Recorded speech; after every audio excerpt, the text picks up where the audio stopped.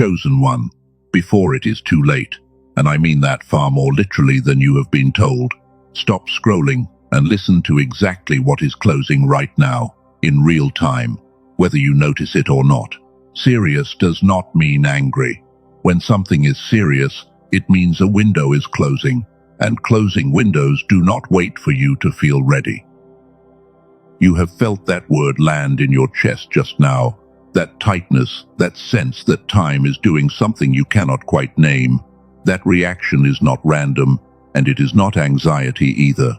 It is the first real sign of a mechanism I am about to name for you, one that has been quietly narrowing since you were a small child, and one that can still be reopened tonight, in the correct order, before it fully seals.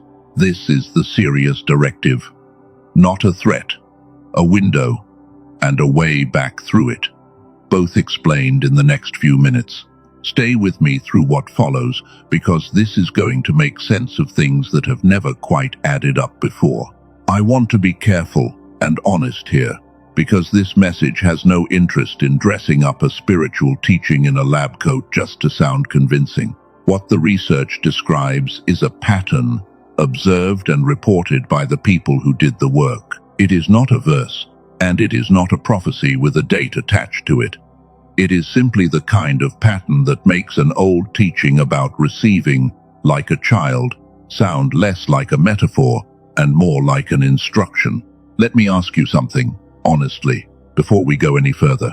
When was the last time you heard something true, something you knew in your gut was meant for you, and you actually let it land instead of letting your mind talk you out of it within the hour? Take a moment with that question honestly before moving on, because the answer says more about tonight than you might expect. Most people cannot answer that quickly, not because nothing true has been said to them lately. Something true gets said to almost everyone, almost every week, in a sermon, in a conversation, in a strange thought that arrives out of nowhere while you are driving. The problem was never a shortage of true things arriving. The problem is how quickly they get lost once they land. You used to be able to hold on to a truth the way you held on to a favorite story as a child, completely, without needing to defend it against your own doubt 5 minutes later. Somewhere along the way, that grip loosened. Not because you got wiser, because something in you got quieter, a specific something, and tonight we are finally going to name it. Stay with that thought a moment before we move on, because it explains more than it first appears to. Let me name a few more of these, quietly, one at a time, so you can check them against your own life, instead of taking my word for it. You start a scripture reading plan with real intention, and by the second week you cannot recall a single verse from the first. A sermon moves you to tears on a Sunday, and by Wednesday you cannot describe what it was actually about. You ask for clarity about a decision, receive an answer that feels unmistakably clear in the moment, and somehow talk yourself out of trusting it by the following morning. None of that is a lack of seriousness on your part, and none of it is a character flaw. Those are signals landing on a window that used to stay wide open in you as a child, landing faint now, landing briefly, in a form easy to lose precisely because the capacity built to hold them clearly has been narrowing for years. The message was never the problem. The window receiving it was. Here is the honest reason urgency and seriousness keep showing up in your life lately in ways that seem to have no obvious source. It is not a sign that something is wrong with your faith. It is a sign that a door is actively trying to open, and the pressure you feel is simply what it feels like from the inside when something old and important is finally close to shifting. Think about how strange that is when you actually look at it directly. The tightness you feel is not a message that you have failed. It is closer to the sensation of a muscle finally being asked to move after sitting still for years, sore not because something is wrong, but because something long dormant is beginning to work again. It is not about memory capacity, in case that is where your mind just went. You can still remember phone numbers, old addresses, entire seasons of a show you watched once years ago. The gap is not about how much you can hold. It is about which frequency was doing the holding when the message worth keeping first arrived. Think about how a child listens to a story for the first time, fully. No half attention, no simultaneous scrolling, no internal fact-checking running underneath. Just complete presence, the kind that lets a single sentence rearrange an entire afternoon. That capacity is called a fast, bright brain frequency by the researchers who study it, and children run on it by default. Full attention without effort, belief without needing proof first. A directive lands whole the first time and stays. Starting somewhere around age 7 for almost every one of us, that frequency gets turned down, one notch at a time, not through cruelty, through years of being taught that skepticism is intelligence and wonder is naivety. School rewards a calm, doubting mind and quietly punishes the one that still receives a story completely. One function at a time, the volume drops on the exact capacity that used to let a serious message actually land and stay landed. It is worth asking honestly who benefits when an entire population grows up narrowed this way, doubting first and receiving second. A person who no longer trusts a whole message rarely acts on conviction. A person who has learned to question everything before feeling anything moves slowly, cautiously, rarely disrupting whatever system surrounds them.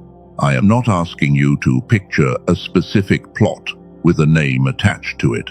I am asking you to notice that a population trained to doubt before receiving is simply easier to manage, and that observation alone is worth naming honestly, without turning it into more than what can actually be seen.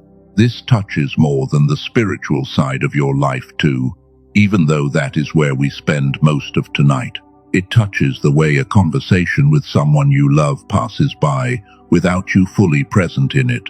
Attention splits 6 directions, even while your body sits still in the room. It touches a sense of purpose you felt clearly once, before anyone had taught you to doubt it, one that has gotten quieter every year since, not because it left, but because the part of you built to hear it seriously got turned down along with everything else. You have probably called this distraction. You have called it a busy season, too much on your plate, a mind that just will not settle down enough to really hear anything anymore. Some of you have quietly called it something worse, that whatever made you able to receive things fully as a child, you simply outgrew, the way you outgrew a smaller pair of shoes. None of that is what actually happened. I have watched this exact shape show up in person after person for years, so I gave it a name. I call it the decline effect, a slow narrowing of the very capacity that once let something true arrive and stay. Not because a lab handed me the term, but because that is precisely what it looks like from the inside, watching in real time as a directive that would have landed instantly at age 6 now has to fight through years of accumulated static just to be heard at all. Dr. Robert Lake, a neuroscientist who has spent over 3 decades studying exactly this frequency, along with researchers at MIT, Princeton, Harvard, and several other leading research universities, has spent his career mapping precisely how this narrowing happens and precisely what it takes to widen the window back open in an adult mind. So every time you have felt a true thing arrive and then watched it slip away within days, unable to hold your attention the way it should have, that was never a lack of seriousness on your part. That was a window narrowed a long time ago without your permission, doing exactly what a narrowed window does. You were never the problem. The narrowing was, let us do something together right now, free, before we go any further. Bring to mind the last time you felt something true land completely, even if it was only for a moment, even if you cannot remember exactly what it was about, just the feeling of it landing whole. Hold that feeling for the length of one slow breath, and notice what happens in your chest. That is not memory playing tricks on you. That is the frequency, still fully intact underneath everything, capable of receiving a whole truth the exact same way it did when you were small. It never actually left. It only ever got quieter. Hold on to that for a second, because it matters more than it sounds like it should. Nothing was destroyed in you. Something was simply turned down, the same way a light dims without ever going fully dark. Some of you already felt that shift just now. If you did not feel anything yet, this next part is not for you yet, and that is fine. Keep listening anyway. Before we continue, there is something worth naming honestly. This narrowing we are describing is only the first of two things closing in you, and they closed in a specific order, which is part of why so many well-meaning tools only ever address half of what is actually happening. There is a 7-minute audio piece called The Genius Song, built directly around widening that exact narrowed window we just described. It came directly out of the research behind Dr. Lake, the same research behind everything explained tonight. There is also a second audio piece, 5 minutes long, called The Wealth Signal, built around a separate discovery entirely from a former Stanford neuroscientist named Dr. Stephen Newton, who stepped away from the traditional research world to bring this second piece forward. The first widens the window. The second, and this matters more than you realize right now, opens a completely different channel, one that stays closed even after the first window widens back open. Both are placed beneath this message, in the description and in the pinned comment, for whoever this is actually meant for tonight. I am not asking you to decide anything right now. I am simply handing you back a piece of your own capacity to receive, and then continuing, because the second half of this is the part almost nobody explains, and it changes everything about why urgency without receiving feels so exhausting. Picture a conversation some months from now, late at night, the kind you used to have before life got loud. Someone you love says something true, something ordinary but real, and this time it lands completely, the way it used to when you were young enough to simply believe things without auditing them first. You notice yourself actually present in the room, not half listening while your mind runs its usual background static about everything else waiting for your attention. You sit with that a moment, surprised by how simple it feels, how much lighter the room seems when your attention is not divided 6 ways at once. There is a quiet you did not expect, and inside that quiet, a directive lands, whole, the first time, and you know immediately it is meant for you. You reach for your phone the way you always do out of habit, but the reach is not anxious this time. It is unhurried, almost curious, the way a child reaches for something interesting, rather than something that might demand an immediate response. The list of things waiting for your attention is still there, but it does not grab you by the throat the second your eyes land on it. Now, come back to tonight, the actual room you are in right now. Same capacity, technically, still fully present, somewhere underneath. But a window, narrowed years ago, still standing between you and receiving things the way you once did. That gap is exactly what tonight is about. And the door back through it is closer than you think. This is why so many people describe a quiet grief, the moment they finally slow down enough to notice all of this. Not grief over something taken by another person, but grief over years spent doubting a version of themselves that was actually correct all along. If that grief is stirring in you right now, let it move through instead of pushing it away. It is a sign that something in you already recognizes what is being described before I have even finished explaining it. Some of you are already running through a mental list right now, and I want to address it directly instead of letting it sit unspoken. You have tried to become more present before. Digital fasts, putting your phone in another room, a prayer journal you kept faithfully for a few weeks, therapy maybe, or a men's group, or a women's circle that met for a season and then quietly stopped meeting. None of that failed because you lacked discipline. Here is what actually happened instead. Every one of those tools worked on your attention from the outside in, asking you to manage distraction through willpower and structure. That can genuinely help, and it is also slow, and it depends entirely on you maintaining that structure on the exact days your mind is loudest and least willing to cooperate. What almost nobody tells you is that there are two separate frequencies involved in all of this, not one, and most tools aimed at only one of them. You did not choose the wrong tool. You chose a tool built for half the problem, and the half it missed turned out to be the half holding the other one shut.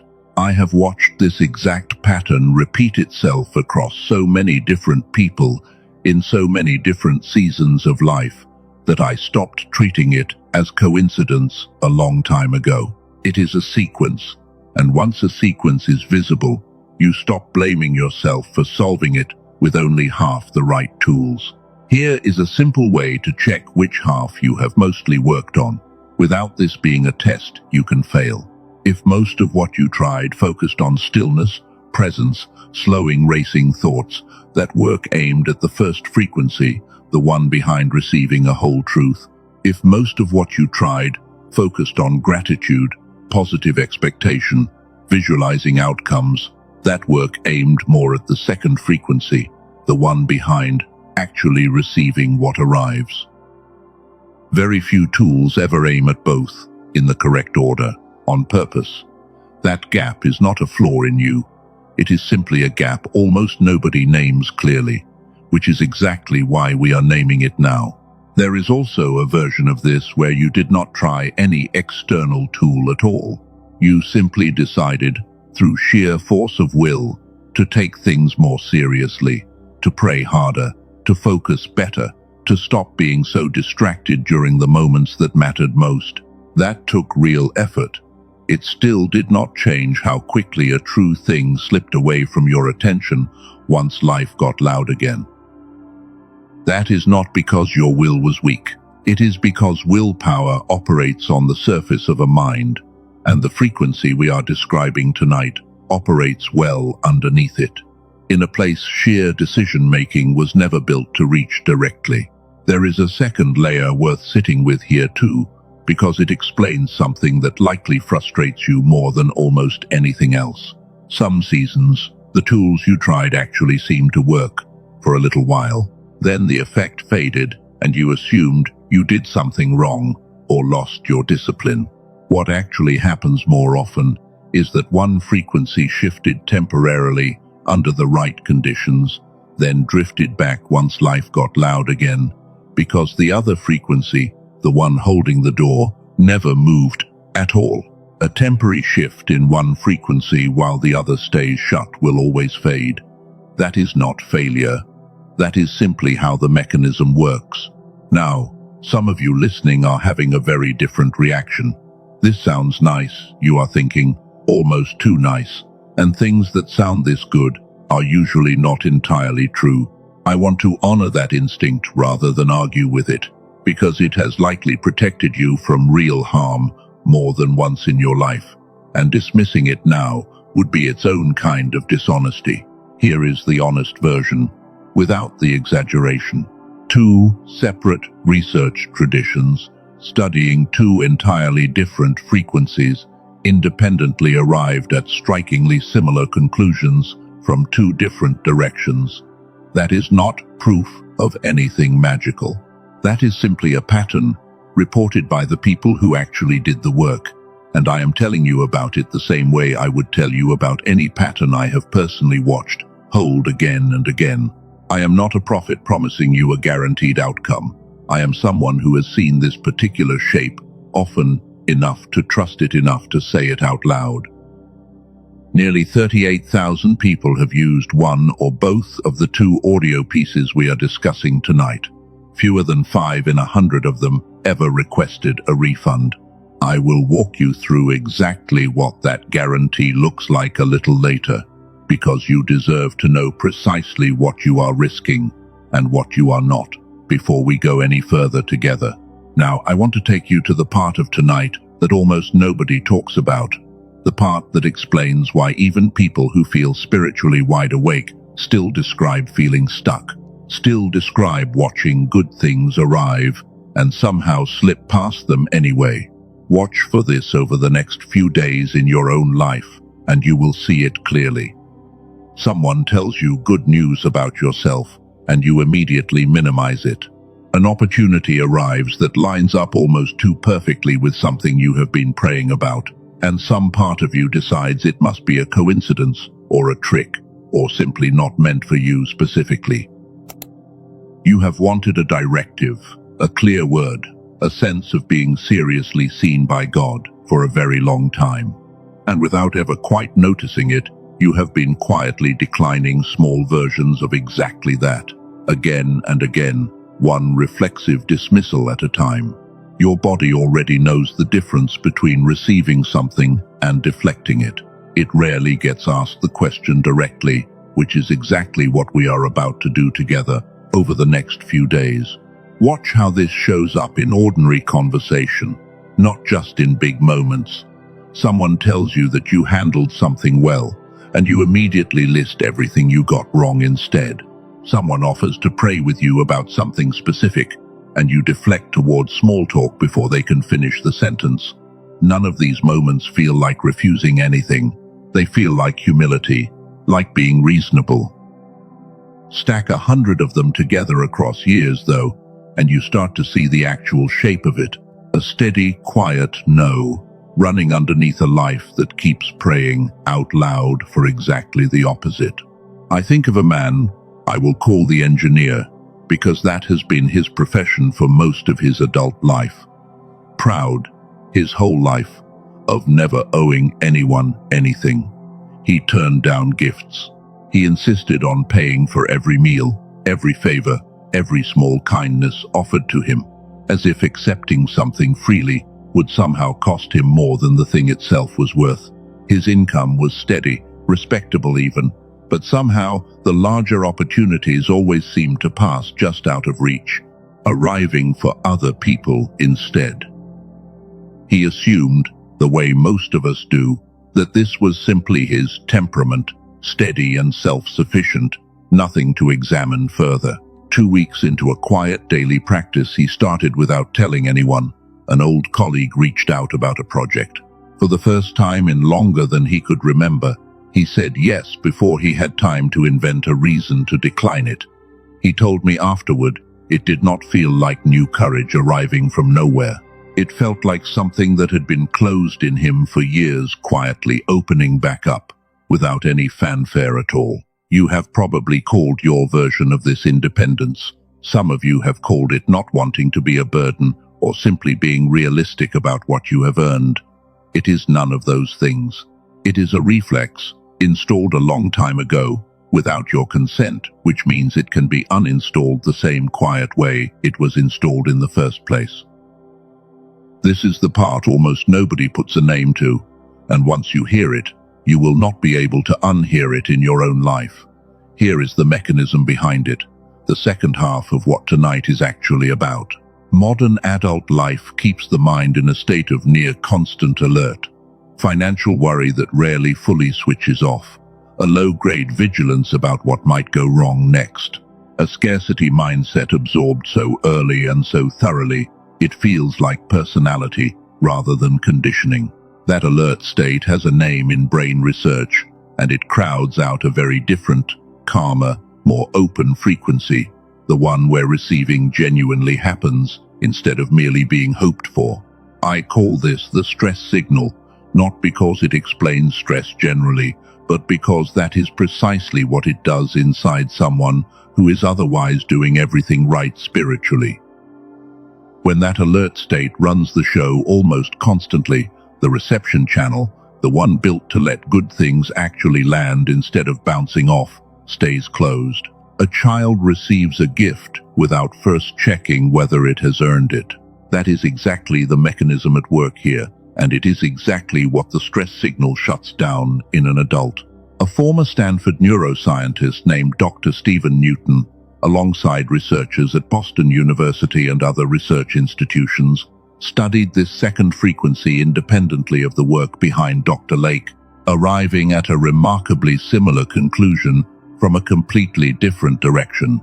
Two separate traditions, two separate discoveries, one order in which they actually function together. There is something almost tender in that convergence, if you sit with it. Two researchers, decades of separate work, two different frequencies, neither one aware they were describing two halves of the same ancient teaching about a child receiving the kingdom. Neither set out to prove anything spiritual. They simply followed the evidence from two different directions until it arrived at a conclusion given long before either of them was born. There is also a reason a closed reception channel serves the same system that benefits from a narrowed window. A person who reflexively declines what is offered rarely asks for more than they are given. Again, I am not asking you to imagine a room of powerful people plotting this. I am asking you to notice that a closed channel is convenient for almost everyone except the person carrying it. So it was never true that nothing serious was ever being offered to you. Directives arrived. Opportunities arrived. Moments of real clarity arrived, more often than you probably realize. You were simply running a frequency that could not hold on to any of it long enough for it to actually land. Not an absence of seriousness on the part of heaven, a closed channel on yours, installed quietly, without your permission, a long time ago. One more free thing before we continue. Over the next day or two, notice the next time anything at all is offered to you. Help, a compliment, an unexpected kindness. Do not minimize it. Do not explain it away. Simply say one word, yes. Then notice exactly where in your body something tries immediately to take it back. That resistance you just located is the exact thing we have been circling this entire message. Not a lack of seriousness, a closed channel installed long ago that has simply never once been shown how to open. Hold on to that feeling, whatever it was, because we are going to come back to it before this message ends, and by then, it is going to make a great deal more sense than it might right now. Before we continue, I want to say something honestly, because you deserve honesty more than you deserve a polished performance. There is a thought that tends to surface right about now, and it goes something like this. This directive is for people who are further along spiritually than I am. I have not earned something this serious yet. If that thought just crossed your mind, I want to push back on it directly. A serious directive is not reserved for people who have already arrived somewhere. It is given to people honest enough to admit they have not arrived yet. A child does not audit whether it deserves an instruction before following it.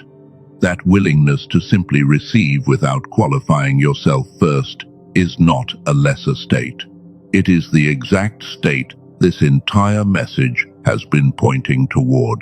I will be honest about myself for a moment, because anything less would be dishonest. None of this came from having already mastered it. It came from watching the same reflex in my own life for years.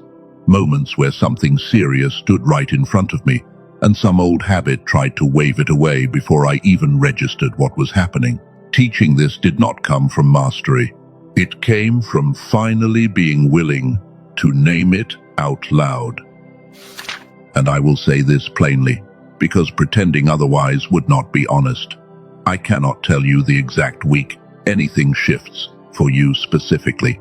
Anyone who promises you that with certainty is selling you a confidence they do not actually possess. What I can tell you, because I have watched it hold again and again, is the order in which things happen. The window widens first, the receiving opens second. That part has held every single time I have watched it. Now picture something with me, slowly, the way we have done all night. A message arrives, one you have been half expecting and half doubting would ever come. A call, a door, an answer to something you stopped actively praying about months ago. And notice the strangest thing happening in you. Nothing moves to dismiss it as coincidence. No immediate search for the catch. No quiet voice insisting this cannot really be for you. Stay in that feeling a moment longer. Notice your hands, open rather than closed around anything. Notice your chest, steady instead of already bracing for disappointment. Notice the silence where a doubting voice usually starts talking within seconds of anything good arriving.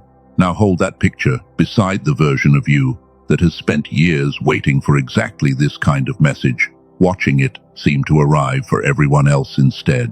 Two people, really the same person, separated by something that is not effort, is not timing, and is not luck.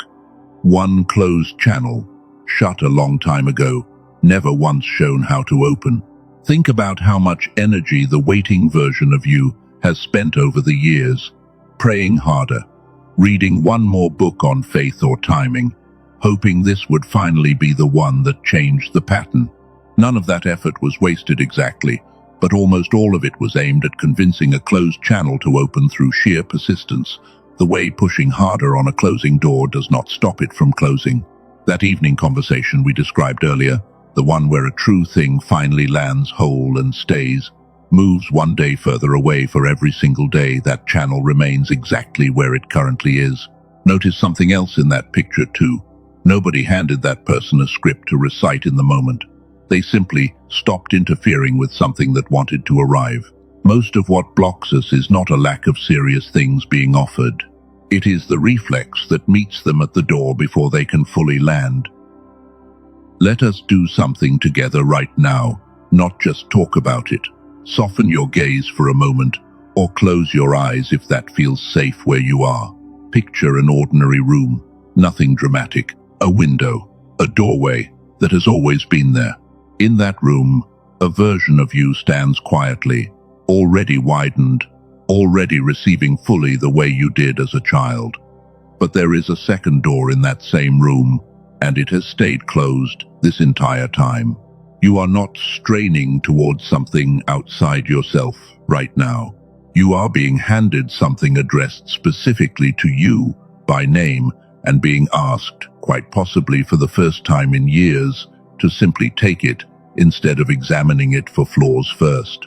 There is no urgency in this particular instruction, even though everything else tonight has carried urgency. This one moment is simply an invitation to stop auditing and start receiving, just once, just for the length of one breath. Notice one place in your body right now, your jaw, your shoulders, the grip in your hands, and let it release, just slightly, on purpose. Let your exhale run a little longer than your inhale did.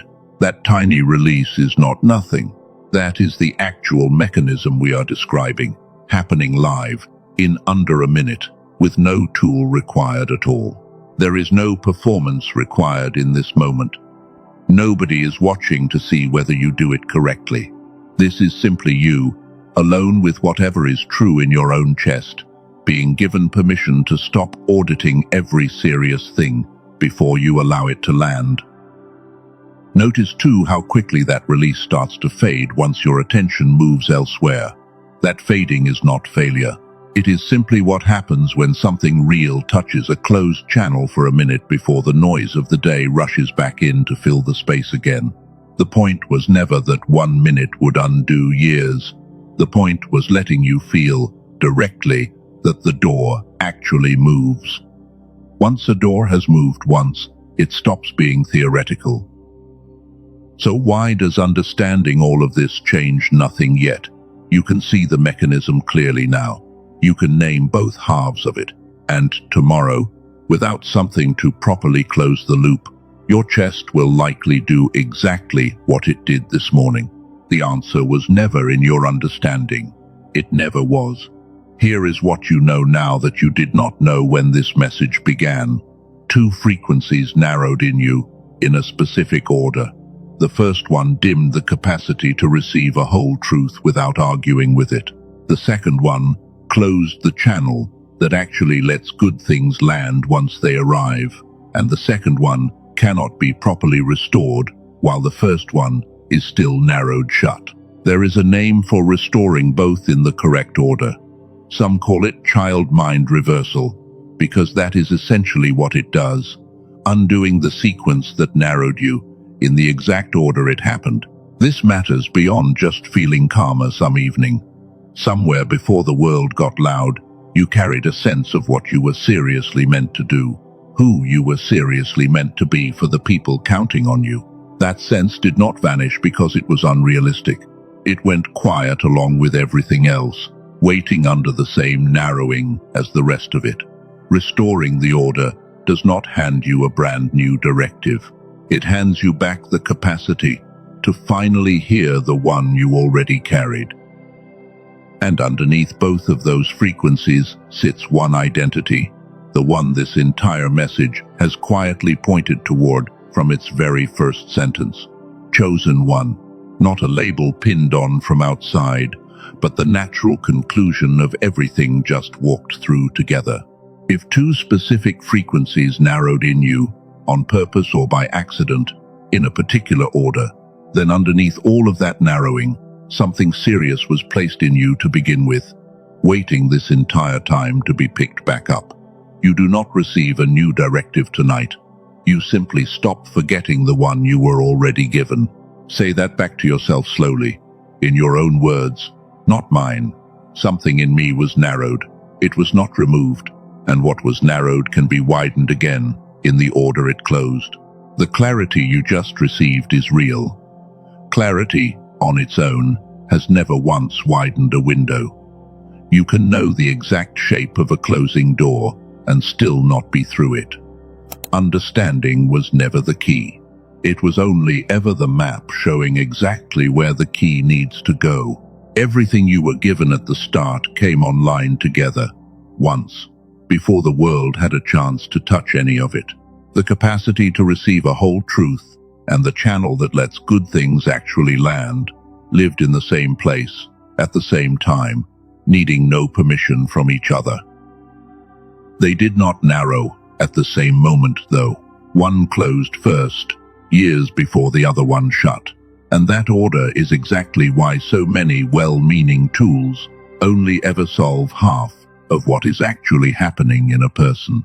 What you are about to hear exists because someone remembered what you carried before either frequency went quiet.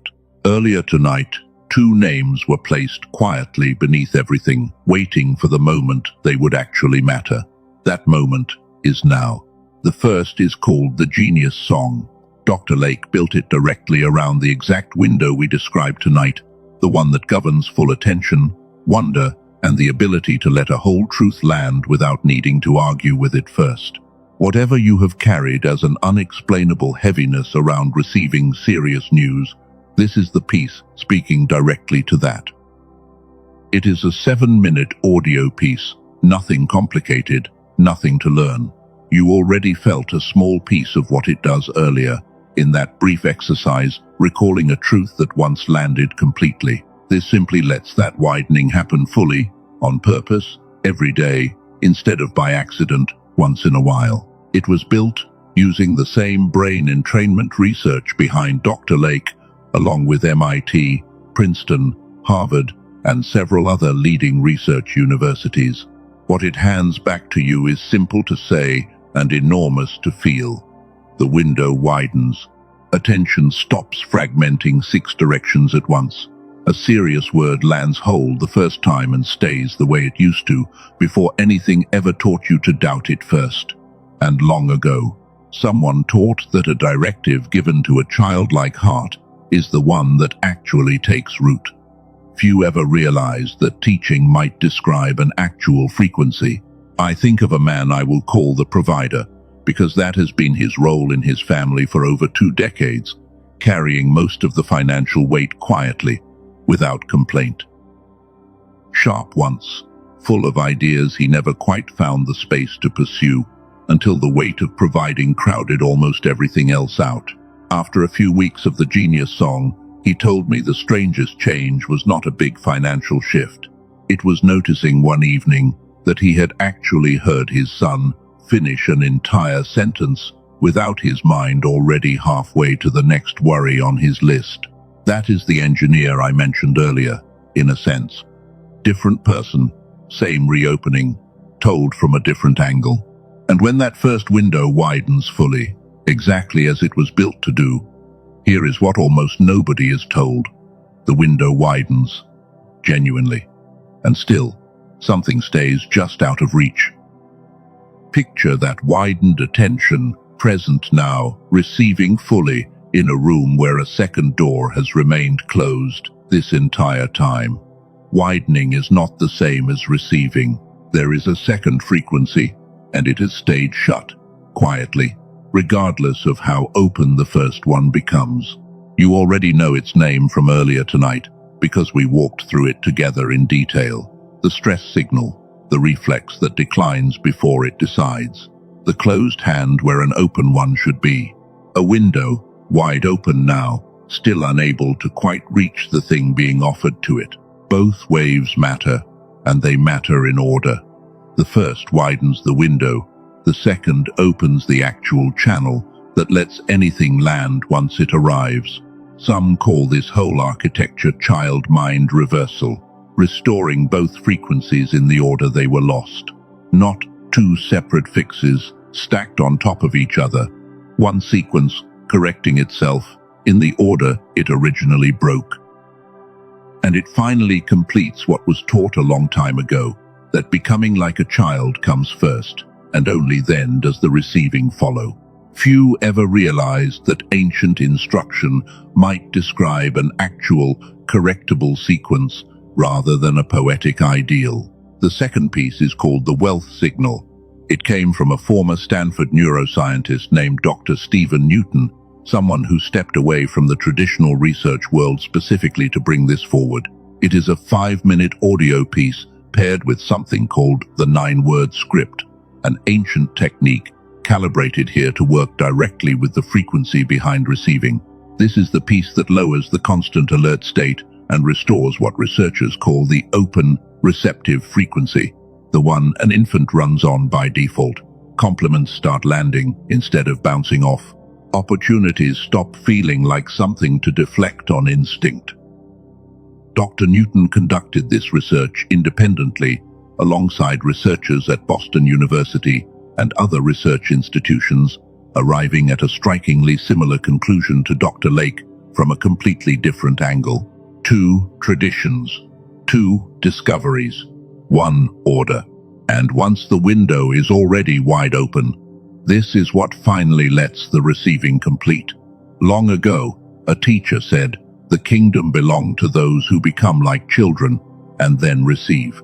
Tonight, both halves of that teaching are finally spoken in full. Some of you are already asking the honest question, and it deserves a direct answer instead of a dodge. Why 2 things instead of 1? Because 2 different frequencies narrowed in you, in a specific order, and they do not repair in reverse. Reaching for receiving alone, while attention is still narrowed, is reaching with a hand that cannot yet stay open long enough. Widening the window alone, without opening the channel after, is half of a restoration. One widens, the other receives. In that order, every time. There is a path where the whole architecture completes exactly as it was meant to. The window widened and the receiving permitted, exactly the way it was taught long ago. That is the path most people, once they understand the order, recognize as the actual conclusion of everything walked through tonight. And there is a place to begin for anyone who wants to start with widening the window first, the honest starting point of the same journey, not a lesser option, simply the first step of it. And for the rare few whose attention never really narrowed in the first place, there is a door for you too, focused purely on reopening the receiving. Whichever one is yours, both waves work together, completing one single sequence.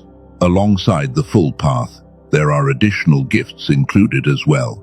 One built around protecting what widens in your own children before anything like the decline effect ever has a chance to narrow them.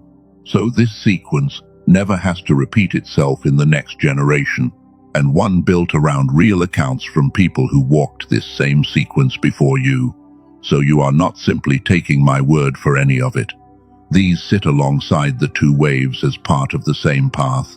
not as something extra to weigh separately. Nearly 38,000 people have walked through one or both of these waves already.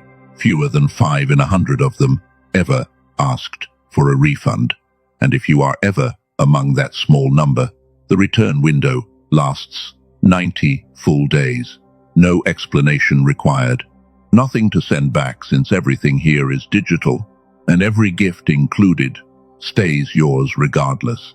I want to say plainly what that number does and does not mean. It means fewer than 5 people out of 100 asked for their money back. It does not mean everyone else had some dramatic transformation, and I will not pretend otherwise just to make the number sound bigger. What it does tell you honestly is that the risk sitting on your side of this decision is genuinely small, smaller than almost anything else you could try tonight. There is nothing complicated waiting on the other side of this. No discipline to build, no course to complete. You listen a few minutes a day, and that is genuinely the whole practice. No app to learn, no dashboard to check, no streak to maintain to feel like you are doing it correctly. Everything arrives immediately by email the moment you choose it. No shipping, no recurring charge, nothing renewing quietly in the background without your notice. People spend entire weekends at spiritual retreats, or whole seasons inside prosperity mindset courses, or months of coaching sessions, chasing exactly this kind of shift. What we are describing here asks for 12 minutes of your day. Every day this stays exactly where it is one more day. That evening conversation we described earlier moves further away, the one where a serious word finally lands whole and stays. That is not a threat. It is simply a cost, quiet and real, paid one ordinary day at a time. And somewhere ahead of you, the version of yourself who already walked through this is looking back at this exact moment as the one where something actually turned. Everything discussed tonight lives in one place. Both original audio pieces built on real research, every gift included, the full guarantee behind all of it.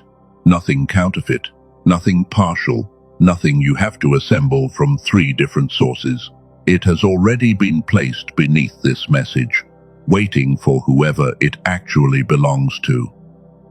Before you do anything else, take one slow breath right where you are.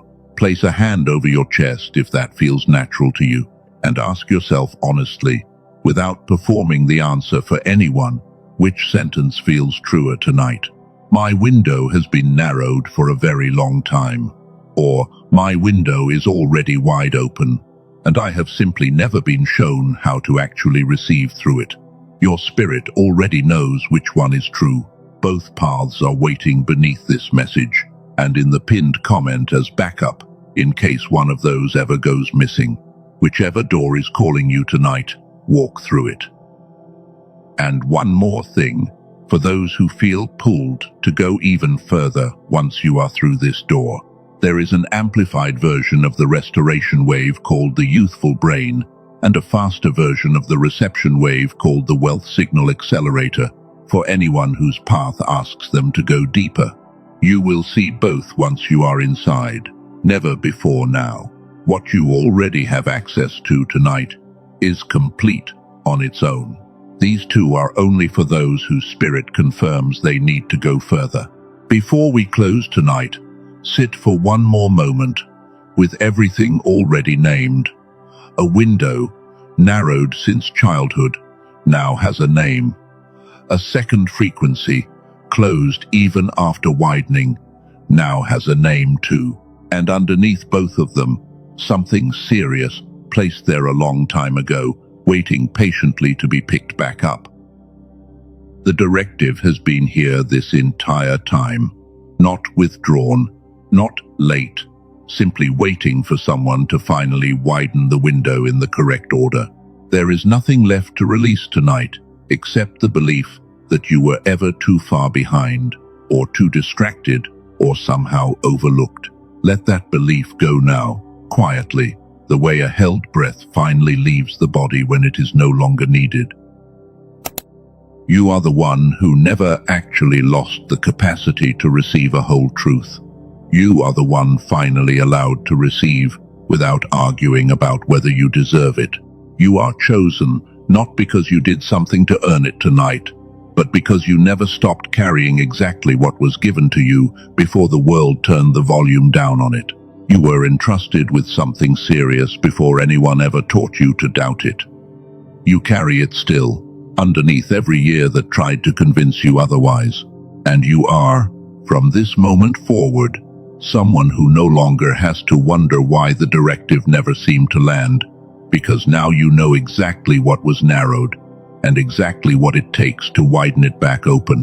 Whatever door you feel pulled toward tonight, walk through it while it is open, and let this be the moment you look back on as the one where the window widened in time, quietly, the way most real turning points actually arrive. Rest here a moment longer before you go. Whatever you came into this message carrying, you are allowed to set part of it down now, not because it stopped mattering, but because you were never meant to carry it alone.